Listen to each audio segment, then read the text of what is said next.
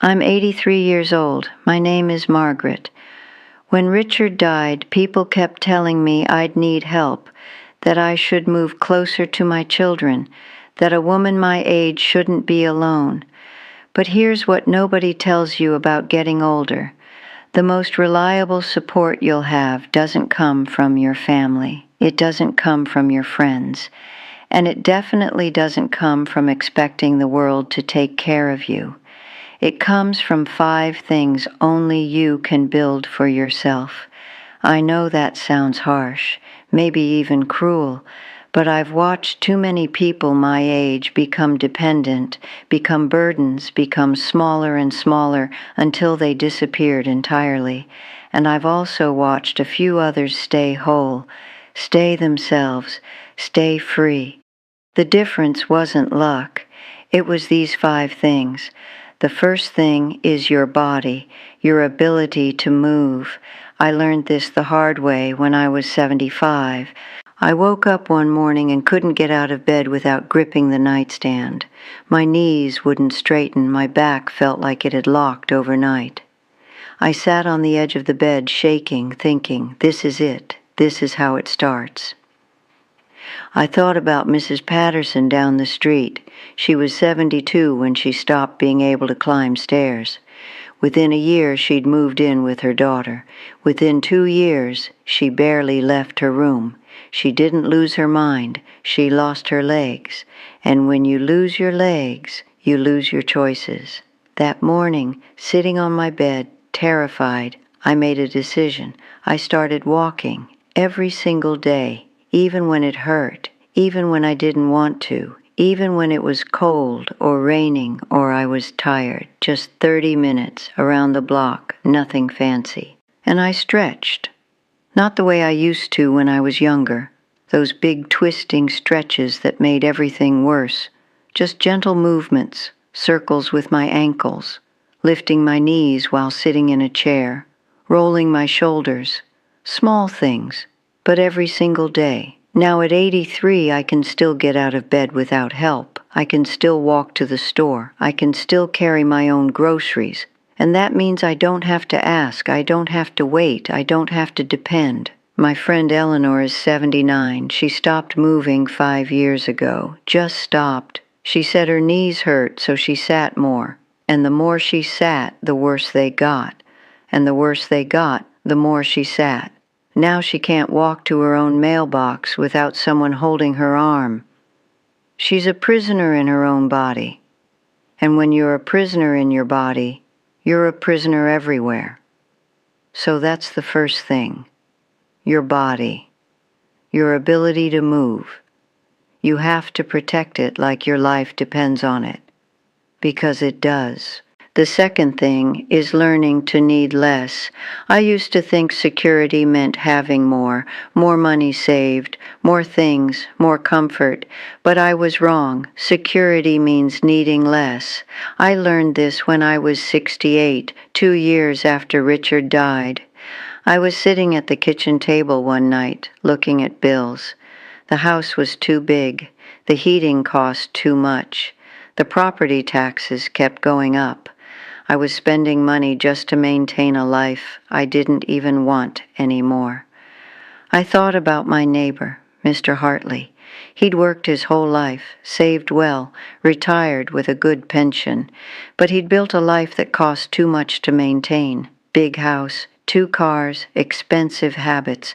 By 74, his savings were running out faster than he'd planned.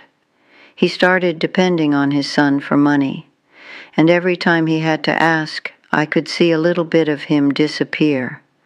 I didn't want that. So I sold the house. I bought this small place, 1 floor, low maintenance, paid in full. I got rid of the second car. I learned to cook simple meals instead of eating out. I stopped buying things I didn't need just because I was used to having them. And something strange happened. I felt richer, not because I had more money, because I needed less of it. When you need less, nobody has power over you. You don't have to ask your children for help. You don't have to make compromises you don't want to make. You don't have to smile and say thank you when you really want to say no. My friend Dorothy is 81. She still lives in her big house. She can barely afford it, but she won't downsize because she's afraid of what people will think. So she struggles, and she asks her kids for money, and every time she asks, the resentment grows on both sides. She has more than I do, but I'm freer than she'll ever be. The third thing is your health, not luck, habits. I wish someone had told me this when I was younger, but I'm telling you now. After 60, your body doesn't give you second chances. I watched my brother Tom ignore every sign his body sent him. He smoked, he drank, he ate whatever he wanted. He never went to the doctor. I feel fine, he'd say. I'm tough. At 71, his body sent the bill. Diabetes, heart problems, high blood pressure. Suddenly, he was taking 8 medications, going to doctors every week, living in fear of the next attack. He didn't die, but he stopped living. He became a manager of his own decline, that's all. Pill schedules, dietary restrictions, constant fear. I started different when I turned 70. I began walking every morning. I started eating real food instead of whatever was convenient. I drank water. I slept 8 hours. I went to the doctor every year whether I felt sick or not. Not because I enjoyed it, because I knew what happened if I didn't. Now at 83, I don't take any daily medications. My blood pressure is normal. My heart is strong. I'm not special. I just did small things consistently for years. And because of that, I don't need help managing my health. I don't need someone to remind me to take pills. I don't need someone to drive me to endless appointments. I'm free because my body still works. That's the third thing, your health. You have to earn it every single day, or you'll spend your last years paying for the neglect.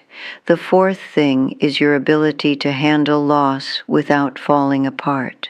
This one nobody talks about, but it's the most important, because after 60, you're going to lose things. People, abilities, the life you had. The question isn't whether you'll face loss. The question is, can you survive it without becoming someone who needs to be carried? I learned this when Richard died. I was 66. We'd been married for 44 years, and when he was gone, I felt like half of myself had disappeared. I knew 2 paths in front of me. I could collapse. I could let the grief consume me. I could become a woman who needed her children to visit constantly, to fill the emptiness, to give me a reason to get out of bed. Or I could grieve and keep walking. I chose to keep walking. I let myself cry. I let myself miss him, but I didn't let the missing become my whole identity. I kept my routines. I kept my walks. I kept showing up to my own life. And slowly, I built something new. Not better, not the same, just new. My friend Virginia lost her husband around the same time, but she made a different choice. She stopped doing anything she used to do with him. She stopped going to church. She stopped seeing friends. She sat in her house and waited for her children to come fill the void, and they tried, but they couldn't. Nobody could. Now, at 80, Virginia lives in a kind of permanent suspension, waiting, needing, bitter that nobody can fix what's broken. The difference between us wasn't that I loved Richard less. It's that I didn't expect anyone else to carry my grief for me. Resilience isn't about being strong. It's about being able to get up after you fall, again and again. And if you can't do that, you'll be dependent on others to lift you, forever. The fifth thing is knowing who you are and refusing to give that up. This is the hardest one, and the one nobody teaches you. Because after 60, people will start making decisions for you. If you let them, your children will tell you what's safe. Doctors will talk over you like you're not there. Society will assume you're incapable just because you're old. And if you don't know who you are, what you stand for, what matters to you, what you will and won't accept, you'll disappear. I watched this happen to my friend Helen. Her children convinced her to stop driving. Then they convinced her to move closer to them. Then they convinced her to give up activities they thought were too risky. At 77, Helen doesn't live her own life anymore. She lives the life her children think she should live, and the bitterness is eating her alive. I made a different choice. When my daughter Susan suggested I move into assisted living just to be safe, I said no, not angrily, not rudely, just clearly. I appreciate your concern, but while I can take care of myself, I'm staying in my own home. If that changes, we'll talk, but that time isn't now. She pushed. She used worry. She used guilt. But I knew who I was, and I knew what mattered to me. Independence, my own space, my own choices. I'm 83 now, still in my house, still making my own decisions, not because I'm stubborn, because I know what I'm willing to give up and what I'm not.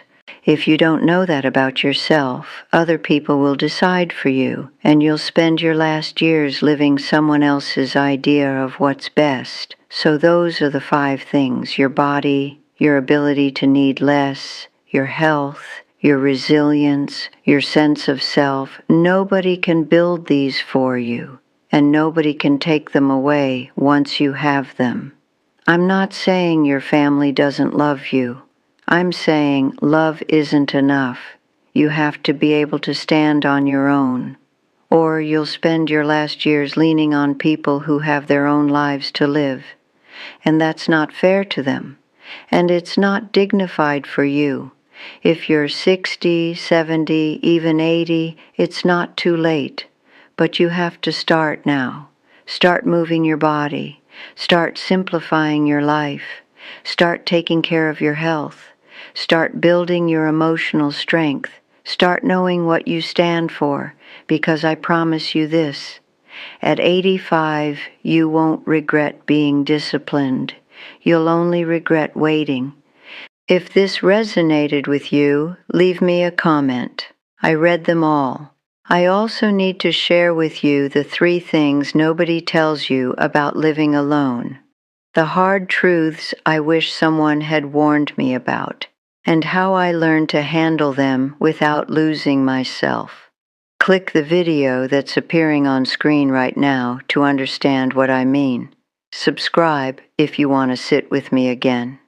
Until then, take care of yourself, whatever that means to you.